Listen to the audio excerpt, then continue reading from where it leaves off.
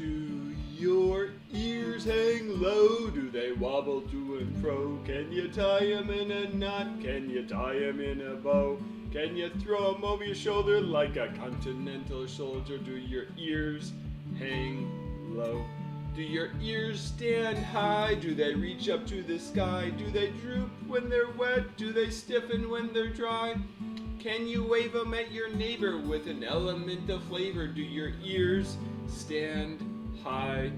Do your ears flip-flop? Can you use 'em as a mop? Are they stringy at the bottom? Are they curly at the top? Can you use 'em for a swatter? Can you use 'em for a blotter? Do your ears flip-flop? Hey everyone, how is it going? We are live here on the Technicolor Mike B Show with another design for animals A to Z. Today's design was R is for rabbit. Rabbit. Silly kid, tricks are for kids. So this was our rabbit design for today's face paint.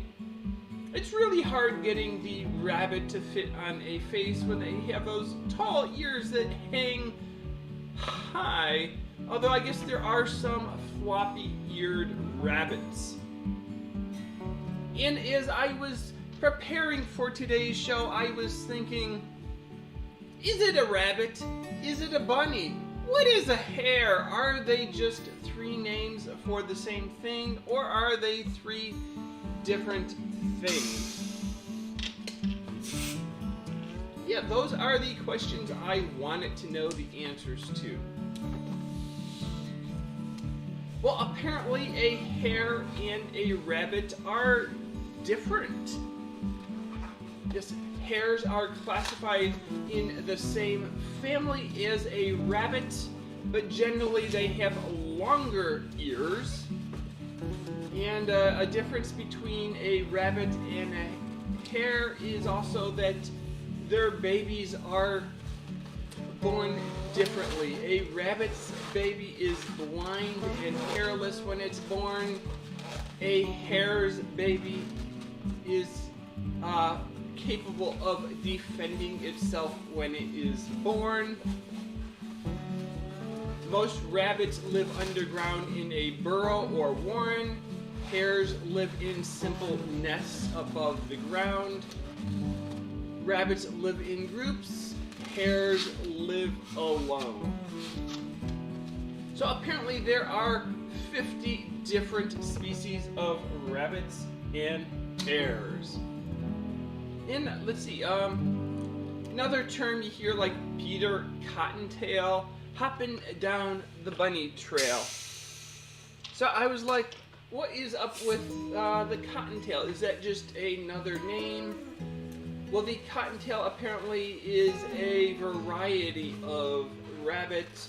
And there are several cottontail species of rabbit, and they are recognized because they have a stubby tail with white undersides that show when they retreat. So you can see that little white cotton tail sticking out behind the rabbit when it runs away. Have you heard of the term jackrabbit?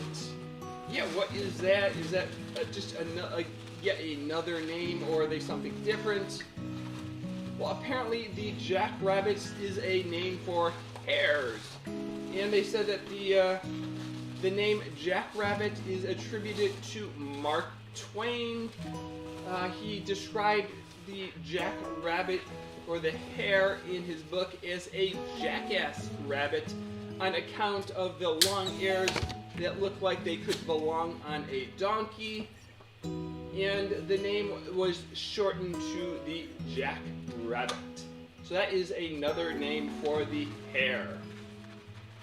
And some of our research on rabbits: the male rabbit is a buck, the female is a doe.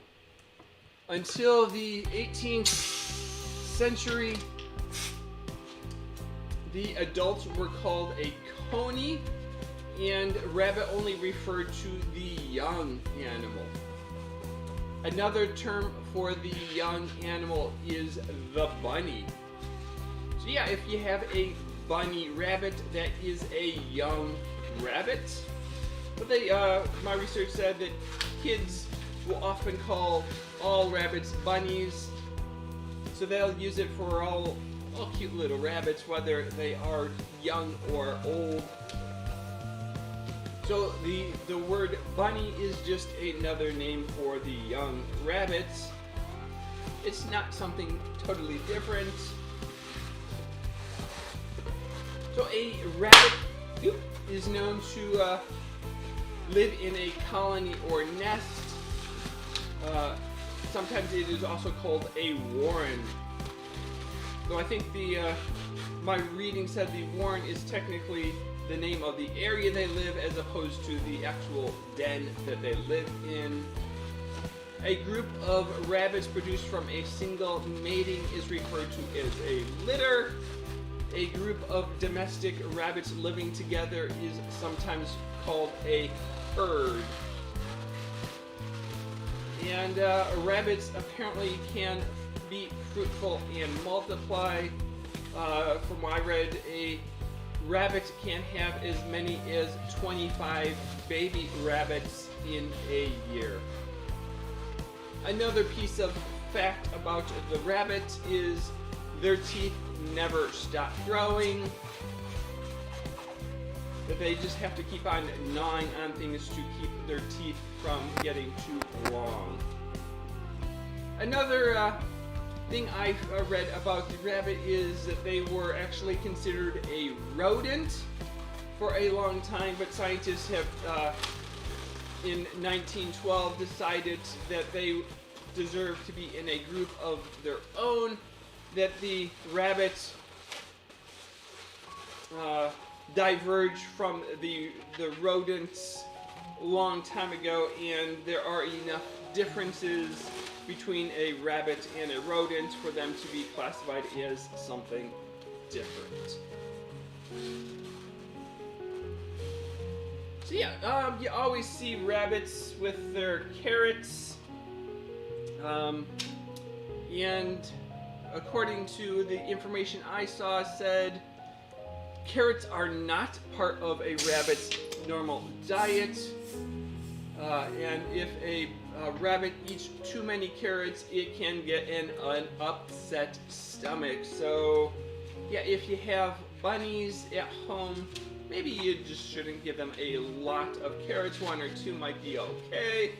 But yeah, if you think they're just going to need a dozen carrots a day as their only food source, yeah, they probably won't enjoy that very much. So have you heard of the term jackalope? Yeah, what is a jackalope? Eeny, meeny, miny, moe. No, not there.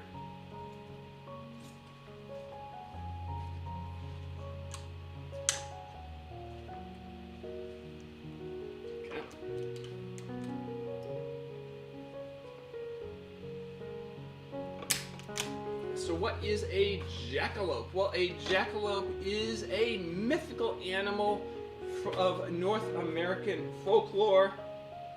It is a portmanteau of jackrabbit and antelope. So the hare and the antelope combined into one animal would be a jackalope.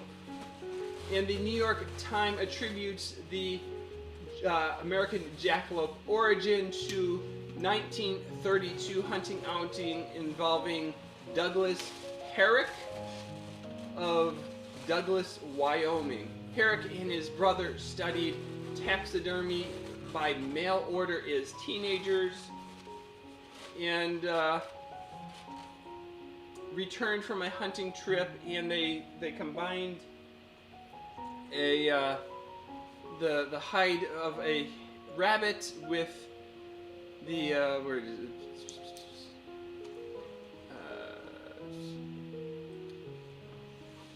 Let's see. They combined the carcass with deer antlers, and the anecdotal combination of the animal formed sparked their idea for the jackalope. And the first jackalope the brothers put together was sold for $10 to Roy Ball, who displayed it in the Douglas Labont Hotel. And apparently they started mass producing jackalopes, combining deer antlers and rabbits to sell to other people. And I was looking up the origin. There's that old wives' tale that a rabbit's foot is lucky. I know as a kid I had a keychain with a rabbit's foot, and I couldn't find a definitive source of that story of why people thought the rabbit foot would be lucky. So yeah, there are lots and lots of rabbits in pop culture. There's lots of stories that involve the rabbit. Just a few of the rabbits that I said, hey, I recognize that rabbit. Beatrice Potter had Peter Rabbit. The Tale of Peter Rabbit is a children's book illustrated by Beatrice Potter that follows the mischievous and disobedient young Peter Rabbit. That was published in 1902. There is a play called Harvey, which is a fun play about a guy who has a friend named Harvey who is a 6-foot-tall rabbit that no one has seen and everyone thinks is just an imaginary friend.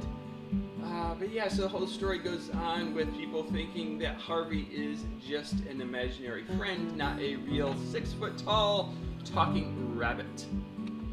Lewis Carroll in Alice's Adventures in Wonderland had the March Hare and the White Rabbit. Yeah, so Alice in Wonderland had both a hare and a rabbit in the story. That came out in 1865.